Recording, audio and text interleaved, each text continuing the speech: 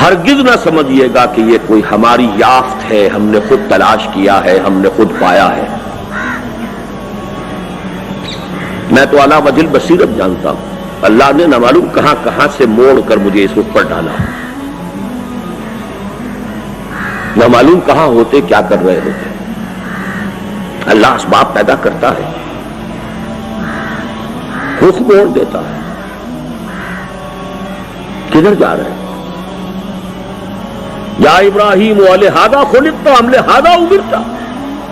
ابراہیم ابن ادہم رحمت اللہ علیہ بادشاہ تھے، شکار کھیل رہے تھے، کہیں سے آواز سنائی دی ہے کسی ہاتف غیبی کی یا ان کی اپنی روح کی، کوئی پکار قلب کی گہرائیوں سے نکلی ہے، اے ابراہیم کیا اس کام کے لیے پیدا کیے گئے تھے؟ کیا اس کا تمہیں حکم ہوا تھا؟ یا ابراہیم لہذا خلقت ام لہذا امرت۔ تو اللہ تعالیٰ نے جس کو بھی ہدایت دی ہے جان لے اس کا فضل ہے، اس کا کرم ہے، اس نے چن لیا ہے، فخر کیجئے۔ وَاجْتَبَاكُمْ، اس کی نگاہ کرم نے چنا ہے آپ کو، اس کا فضل خداوندی آپ کے ساتھ شامل حال ہوا۔ إِنَّ فَضْلَهُ كَانَ عَلَيْكَ كَبِيرًا۔ ورنہ کتنے موڑ زندگی میں آتے ہیں، ذرا سا قدم ادھر سے ادھر ہو گیا ہوتا تو نہ معلوم انسان کہاں سے کہاں پہنچا ہوتا۔ الحمدللہ الذی ہدانا لہذا، قل شکر قل حمد قل ثنا، اس اللہ کے لیے ہے جس نے ہمیں ہدایت عطا فرمائی۔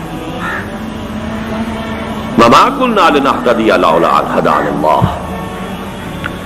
قرآن مجید میں یہ الفاظ آئے ہیں اہل جنت کے ترانہ حمد کے طور پر کہ جب وہ جنت میں داخل ہوں گے تو شکر ادا کریں گے، کیونکہ ہدایت جو ہے اس کے بہت سے مراحل ہیں۔ ہدایت ابتدائی بھی ہے، ہدایت تکمیلی بھی ہے، ہدایت راستے کا دکھا دینا بھی ہے، ہدایت راستے کا سمجھا دینا بھی ہے، اور ہدایت منزل تک پہنچا دینا بھی ہے۔ اس وقت وہ ترانہ حمد ہوگا، اس اللہ کا شکر ہے جس نے ہمیں یہاں پہنچایا، ہم ہرگز نہ پہنچ پاتے اگر اللہ نہ پہنچاتا۔ کوئی عجب نہ ہو، کوئی فخر نہ ہو، کوئی اپنی کسی اللہ نے صلاحیت اگر دی ہے تو اس کے اوپر کوئی تکبر نہ ہو۔ جو کچھ ہے اللہ کی طرف سے ہے، اس کا فضل ہے، اس کا کرم ہے، اس نے پہنچایا ہے۔ اور اس کے بعد بھی ربنا لا تزغ قلوبنا بعد اذ ہدیتنا۔ پچھلے دنوں میں نے خطبات جمعہ کے اندر آپ کو یاد ہوگا بلعام بن باورہ کے موضوع پر کئی خطبے دیے تھے، اور پاکستان کے حالات کو پھر اسی سے مستنبط کیا تھا۔ الذی آتیناہ آیاتنا، ایک ایسا شخص جسے ہم نے اپنی آیات عطا کر دی تھی۔